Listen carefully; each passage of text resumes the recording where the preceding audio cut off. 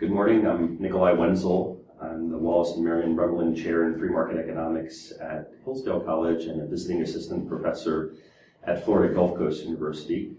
I'm here today at the IHS Liberty in the Art of Teaching conference, and so I thought I'd share a few thoughts on teaching and beyond, because others can speak to how to teach and teaching techniques, which are often, frankly, not taught in graduate school, but there's more than teaching if you're going to be a professor, and especially when you land into a tenure track position. So I think I'll start with a story. It's a story from my dissertation advisor, Dick Wagner. And when he was in graduate school, he recalls complaining, this is mid-60s, University of Virginia, the powerhouse team there at Ronald Coase, James Buchanan, and others were there. And Dick Wagner was complaining about how busy he was. Oh, Mr. Coase, I'm so busy. I've got this paper due, and I've got that paper due, and I've got exams. And Coase warned him, you're going to be even busier later on after graduate school, so enjoy while you have it. And in my personal experience, as well as the experience of many of my classmates, we all thought, frankly, that graduate school was the busiest time of our lives. We had to get through prelims, and we had to get through field exams, and we had to propose dissertations, you had to write the dissertation, get through classes, and we had this notion of an idyllic postgraduate school life where we would all be sitting in leatherback chairs discussing highfalutin ideas, maybe putting in 5 or 6 hours of teaching a week, and the rest of the time taking long walks around lakes with colleagues while wearing tweed and smoking pipes. And there's a little bit of that in the academic life, to be sure, but it gets really busy because you figure you just finished your dissertation, congratulations. Well, if you're lucky, you have a teaching job, which means you've got to learn how to teach, you've got to learn how to organize a class. In some cases, you may be teaching something that you really haven't studied and just have the necessary skills to teach yourself, but you have to go back and actually study. And you're preparing classes, you're preparing new classes, which in many cases means you're writing 4 to 6 new lectures a week.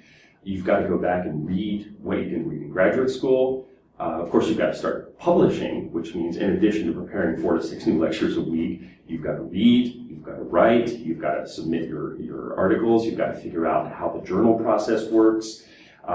You've got students asking you for recommendation letters, you've got students coming in for office hours, you've got students coming in to complain that their roommate isn't paying the rent and somehow they need help from you. And then you're going to be asked to do a fair amount of pro bono activities for your employer. So committee work, and if you want to get tenured, you're going to have to participate in committees. It's a good idea to become known on campus by going to sporting and artistic events, become a campus presence. You're going to be asked to talk for the development office of your university or college. You're going to be asked to talk for student life. You're going to be asked to talk for the admissions department, give a rah-rah speech about the school. As students start to like you, they'll start inviting you to dinners and social events, but also to additional lectures. So while you're doing all of this, writing 4 new lectures a week and trying to get your research out the door and catching up on all the reading that you haven't done and looking for grants and going to conferences, yeah, you've got to network in addition to all of that. So you've got to find some money to go to conferences, you've got to go to conferences and take time off, you've got to start presenting papers, you want to start joining associations and boards, you want to start giving guest lectures and developing a reputation, you want to start mentoring students and trying to place them. And on top of all of that, you're, in many cases, an adult for the first time. Now, not everybody's in this case, but for most people, postgraduate school life is the first time that you're going to be paying a mortgage, first time that you're going to have a little bit of disposable income, so you've got to decide how you're going to spend your money and what you're going to invest, and you start opening up your retirement account. For many people, it's the first time that you have to purchase health insurance, or at least manage health insurance, because before that, in a lot of cases, it was managed by your parents. So it's a lot of things happening at the same time, and frankly, even you might want to rediscover a hobby that you had before graduate school. You might want to start living again, in a sense. Overwhelming. What do you do? If you figure, okay, well, my teaching my first year is going to take me about 40 hours a week, and it would be nice if I could spend 20 hours a week on publications, plus twice a week I'm going to be going out to campus talks, to campus events. Plus, I'm going to try to go to 2 conferences a semester, and I've got to raise some money in addition to that. What do you do?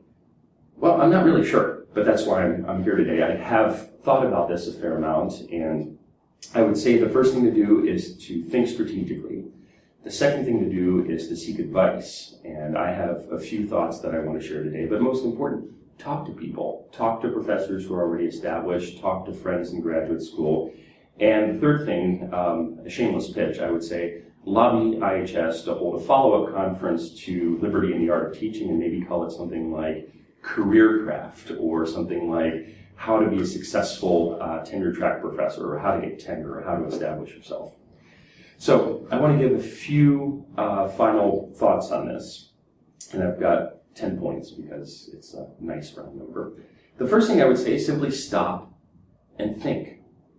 Because you've finished your dissertation, you're starting your job as a tenure-track professor, it's very easy to get caught up in the current of life. And in fact, when I first started, there were entire semesters where I did not do any research at all. I had a full teaching load. I was getting used to life on a new campus. I was writing 4 new lectures a week. Stop and think strategically. And point number 2, I would say, is establish goals. What do you want to do? What kind of professor do you want to be? What's your 5-year plan? What is your annual goal? If you are to fulfill certain goals over an academic year, what do you need to do this semester? What do you need to do this month? What do you need to do on a daily basis? Point number 3, I highly recommend asking a lot of people for advice. I'm a good Hayekian. I'm not going to tell you that I've got all the answers, but if you walk away with one thing, it's ask a lot of people for advice. Professors love to talk. Professors love to talk about themselves. And you can easily, at conferences, talk to your graduate school mentors, talk to your friends and ask them, how do you manage your time?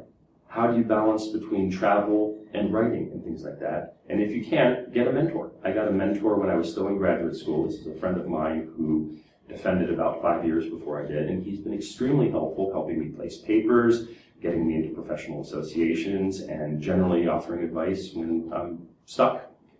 Number 4, time management. I know this is a cliche, but going into academia is a little bit like the jump from high school to college. You're no longer in class. When you were in high school, you were in class all day. In college, you're down to about maybe 15 credits, and you've got a lot more time on your hands, but a lot more responsibility. So in many ways in the academic life, you only have about 10, maybe 12 hours a day where you are forced to be somewhere, that is in class or office hours. Beyond that, you've got to manage your own time. So it's very important to think about time management because you've got to decide how many hours a day you're going to spend on forcing yourself to do research and carving out the time, how many hours a day you're going to be researching grants, how many hours a day you want to work, period, and you've got to decide that. So it's particularly important because you are, in a sense, self-employed. Number 5, make time for research. It's easier in many ways if you're at a research university and you've got a 1-1 teaching load, that is 1 course per semester. But in any case, research is easily put on the back burner. Students make noise when they're unhappy. Administrators make noise when they're unhappy. Creditors make noise when they're unhappy. Journal editors are not going to be knocking on your door. You've got to make the time.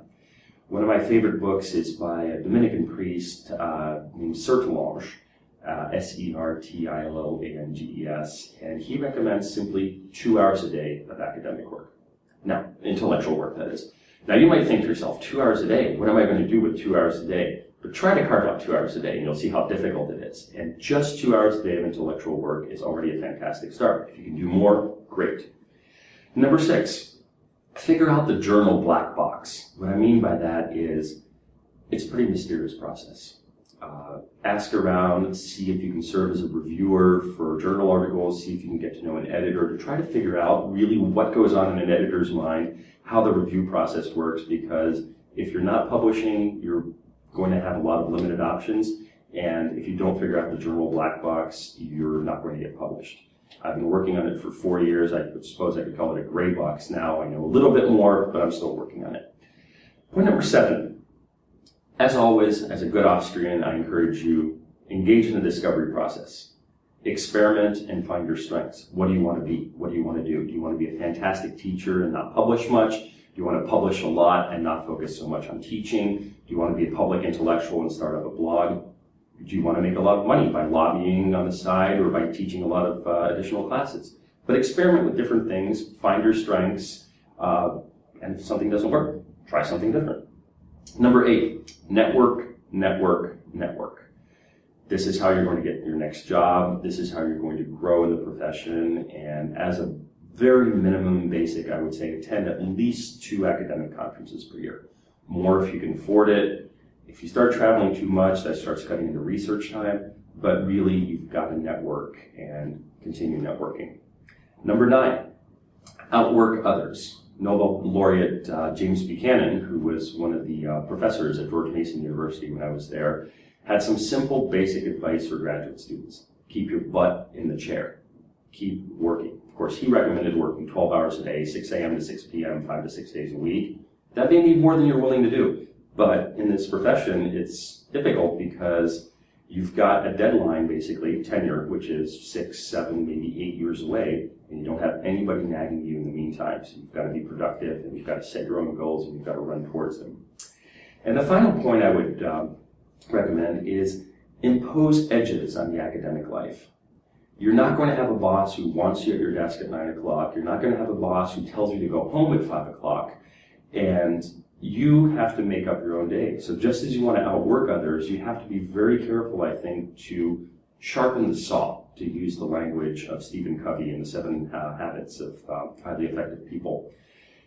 Make sure you impose edges on the life. Make sure that you do other things. Make sure that you're capable of turning off the computer and closing the books, because it's very tempting in the academic life just to get sucked into it and start doing nothing but that. And so go out, dip a paddle in the water, go out and see friends, and continue reading. I always recommend that people read outside of your field, but also read novels, literature, poetry, etc.